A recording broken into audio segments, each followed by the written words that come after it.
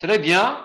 On passe aujourd'hui à la deuxième question de conservation de quantité de mouvement, toujours dans le chapitre équation de base sous forme intégrale pour un volume de contrôle. Et nous allons voir l'équation de conservation de quantité de mouvement angulaire. En anglais, on l'appelle the angular momentum equation. Lorsque vous voyez ici momentum, c'est pas le moment en français, c'est la quantité de mouvement.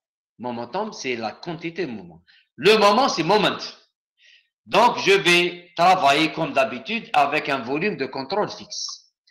On va faire certains rappels que nous avons déjà vus dans les années précédentes. Le moment d'une force F, par exemple, en vert ici, autour du point O, d'accord? Vous avez ici comme schéma la direction de rotation, on va voir après. C'est le produit vectoriel entre R et F. R et F. R, bien sûr, c'est la distance, le bras de levier, disons, entre la force et le point O. L'amplitude de moment de cette force, c'est-à-dire l'amplitude de ce moment, elle est égale à F fois R sinus θ. C'est-à-dire, je dois avoir la valeur, je dois multiplier par la distance normale. Donc, l'amplitude de moment de cette force par rapport au point O, je dois multiplier par la distance normale du point O à la ligne d'action de la force. Donc, c'est F fois cette distance. Et cette distance, c'est R, disons, sinus θ. Bien. Je passe maintenant au produit vectoriel du R avec le vecteur quantité de mouvement. Là, je vais calculer un autre produit vectoriel. C'est le produit vectoriel entre R, la distance, et la quantité de mouvement, qui est un vecteur. D'accord? Je vais l'appeler la quantité de mouvement angulaire. Angulaire momentum. Le H que vous voyez ici, c'est la quantité de mouvement angulaire entre R, d'accord? R, la distance, et la quantité de mouvement. Et n'oubliez pas qu'il s'agit d'un mouvement de rotation. Un mouvement angulaire, vous avez la direction de rotation. Donc, le moment de cette quantité de mouvement, on l'appelle le moment, la quantité de mouvement angulaire. Ou bien le moment de la quantité de mouvement. D'accord? Donc, il est donné par R fois la quantité de mouvement. Vectoriel, la quantité de mouvement. Je peux remplacer, si vous voulez, la masse par rho dV. D'accord? Et je peux aussi, pour un système, remplacer le H par l'intégrale de cette valeur R fois V fois la masse, rho dV, et j'intègre. Donc, c'est sous forme intégrale, la quantité de mouvement angulaire, elle est égale à cette expression. D'accord? Très bien. Maintenant, sachant que le moment d'une force, c'est R vectoriel F, donc sigma des moments, la somme de tous les moments qui s'appliquent, si sigma des moments est égal à sigma des R vectoriel F, qu'est-ce qu'elle nous enseigne, cette conservation de quantité de mouvement? Elle nous dit que la variation de la quantité de mouvement angulaire du système, d'accord, elle est égale à la variation de la quantité de mouvement angulaire de votre système, voilà la variation de la quantité de mouvement, elle est égale à sigma des moments appliqués sur le système. Si pratiquement il y a une analogie avec la conservation de quantité de mouvement linéaire qui vous dit que sigma des forces égale la variation de la quantité de mouvement linéaire. Là, non. Sigma des moments, elle est égale à la variation de la quantité de mouvement angulaire, c'est-à-dire le moment de la quantité de mouvement. D'accord? Très bien. Donc, je vais profiter de cette relation pour l'injecter dans l'équation de matériel de transport de Reynolds. Je vous la rappelle. Donc, je reviens. L'équation de transport de Reynolds. D'accord? Si vous voulez, quand je reviens, voilà. Elle est là. Donc, la variation de toute propriété, elle est égale à la variation temporelle dans le volume de contrôle, plus la variation due au flux, c'est-à-dire la variation convective. D'accord? Là, votre N, c'est clair que c'est la quantité de mouvement qu'on a, d'accord? Et le état, c'est là, le moment de la quantité de mouvement divisé par la masse. Donc, on va revenir, d'accord? Rapidement, voilà. On va revenir ici. Donc, pour moi, le N, la propriété, c'est la quantité de mouvement de rotation, d'accord, angulaire. Et le état, c'est le N divisé par la masse. Donc, c'est le N, qui est le H, divisé par la masse. Donc, ça me reste le R vectoriel V. R vectoriel V. Donc, je l'injecte. J'injecte le tout dans l'équation de matériel de Reynolds, l'équation de le théorème de transport de Reynolds, et je vais obtenir cette relation qui est là. D'accord? Et cette relation, bien sûr, je sais que dH dt, c'est sigma dm. Une autre façon de l'écrire, c'est ça. C'est la même chose. Regardez, c'est la même chose. D'accord? C'est la même chose. D'accord?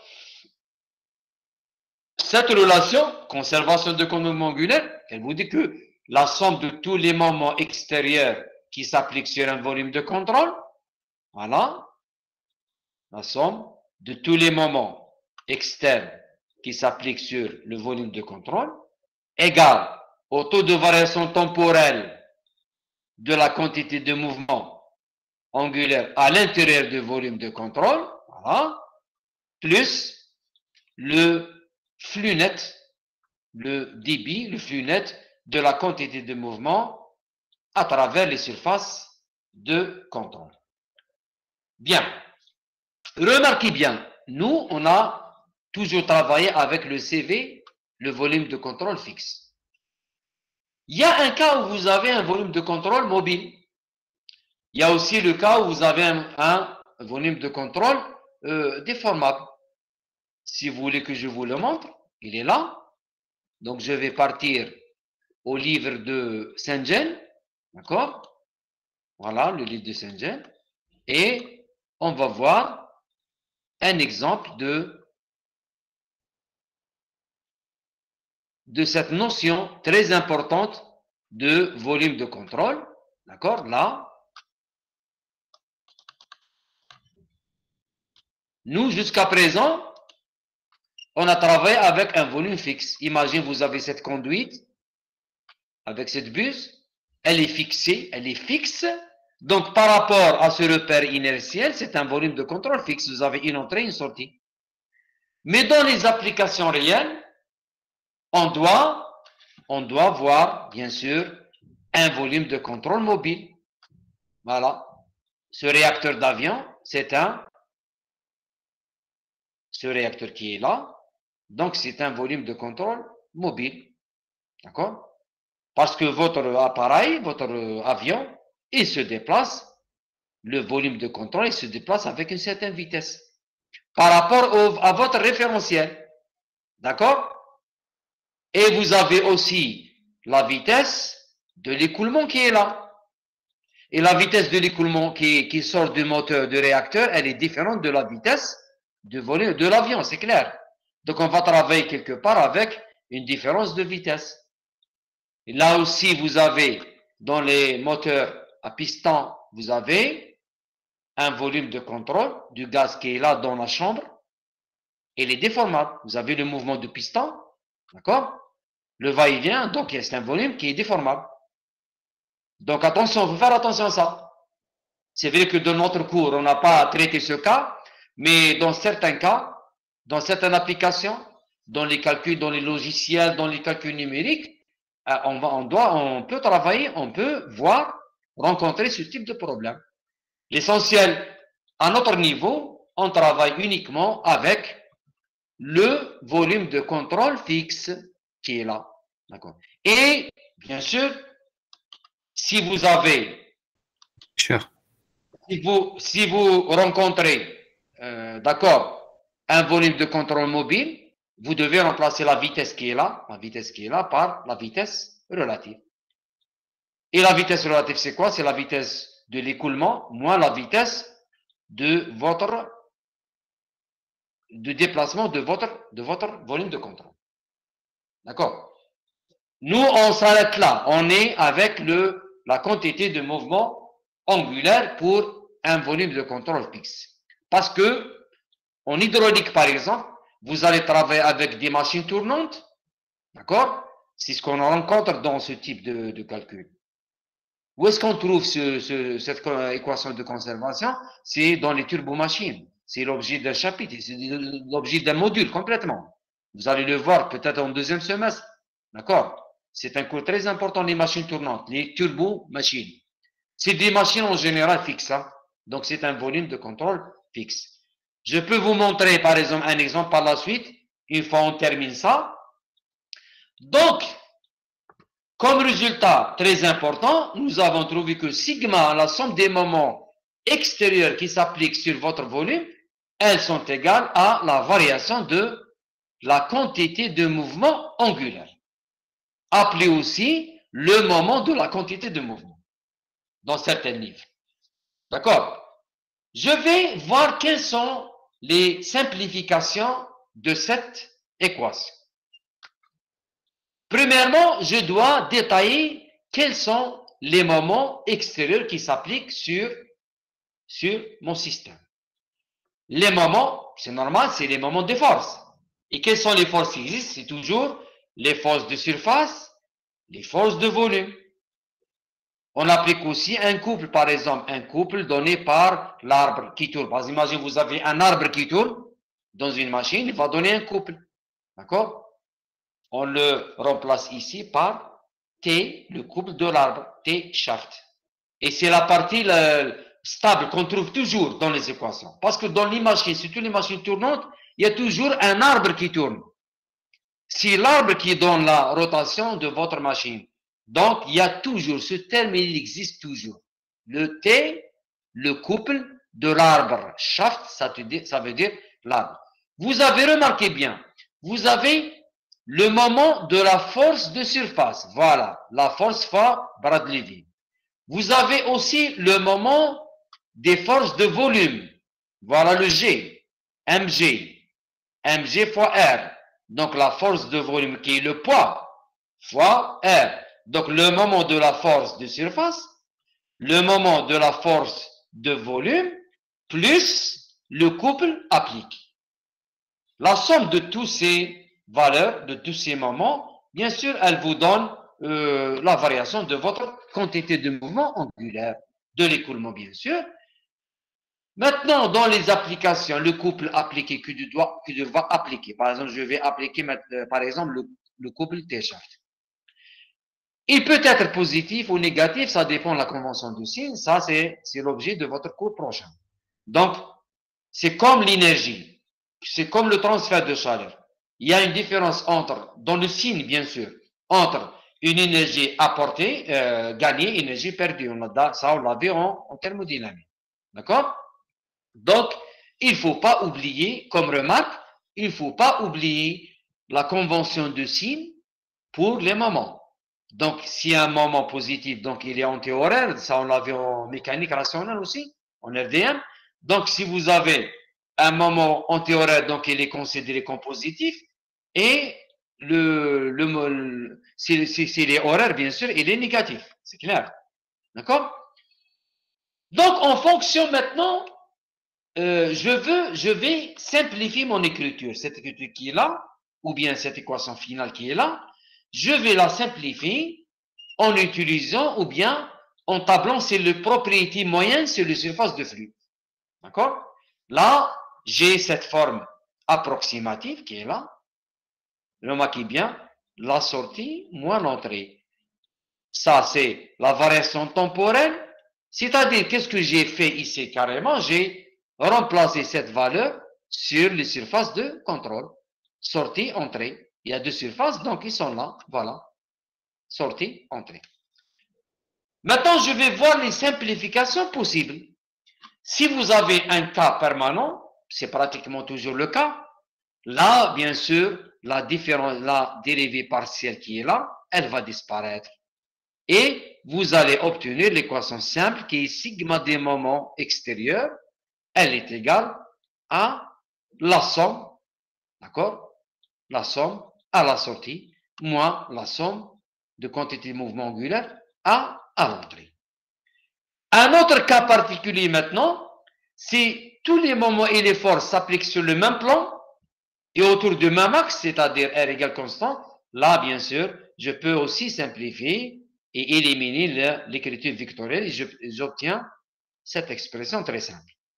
Remarquez bien qu'on est en train de simplifier petit à petit pour arriver justement à cette magnifique équation. Mais avant de voir cette équation, je vais vous montrer le schéma d'une machine réelle sur laquelle on va appliquer justement cette équation simplifiée. Donc, on est là. Voilà, on est là.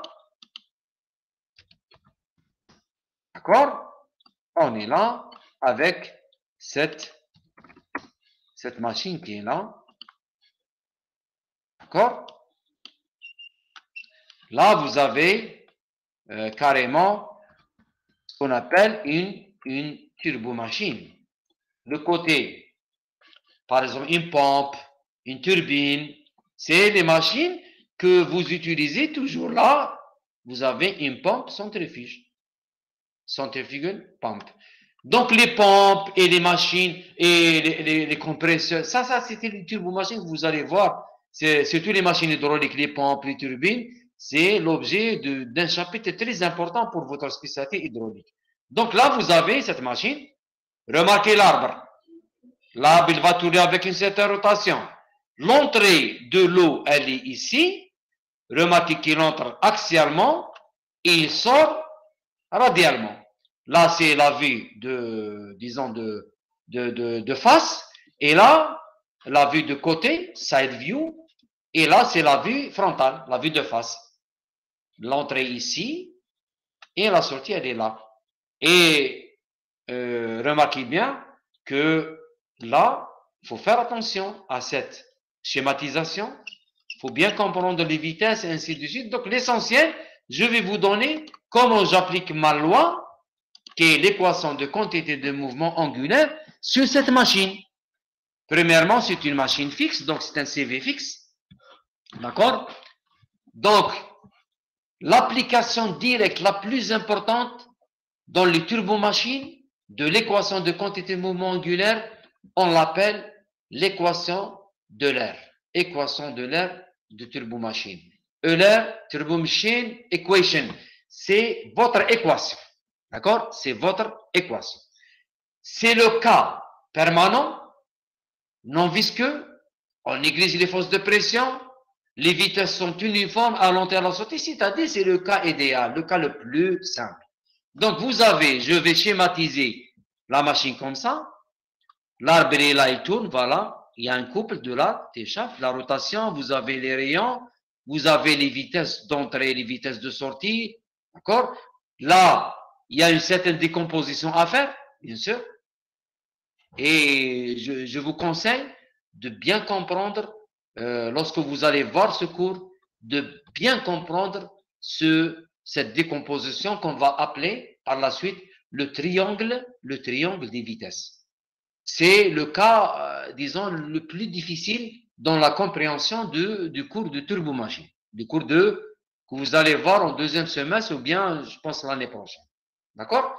Remarquez bien, si je vais négliger le tout et je simplifie tous les moments, il me reste uniquement T-shaft, l'arbre, voilà, et il est égal à la variation de la quantité de mouvement. D'accord? Le débit massique fois le rayon fois la vitesse. Le débit massique fois le rayon fois la vitesse. Entrée-sortie, entrée-sortie. D'accord? La sortie, c'est T2, c'est les indices 2, voilà, et la sortie. Et l'entrée, c'est 1. C'est la même chose ici. La sortie, moi, l'entrée. La quantité de mouvement à la sortie, moi, la quantité. Et je travaille avec V tangentiel 2. D'accord? V tangentiel 2. Donc, il y a des angles quelque part là, je vais les utiliser. D'accord? Et on peut même tomber dans l'équation la plus simple. Si vous avez les angles, vous avez tout, c'est-à-dire vous avez les mêmes angles un peu partout, vous allez obtenir le couple idéal. Le couple de l'arbre idéal directement en fonction du débit massique, des rayons qui sont donnés sur la machine, bien sûr. Les rayons sur la, ils sont donnés sur la machine. Je vous rappelle le schéma. Voilà. Voilà votre machine. D'accord? Vous avez les rayons. Regardez les rayons. Voilà. R1 et R2. Donc, vous avez la machine, donc vous avez les rayons. Donc, le cas idéal, c'est que les angles, les mêmes. Donc, je vais simplifier ici, je vais éliminer les angles. J'obtiens directement une équation très simple qui est l'équation de l'air de turbo machine.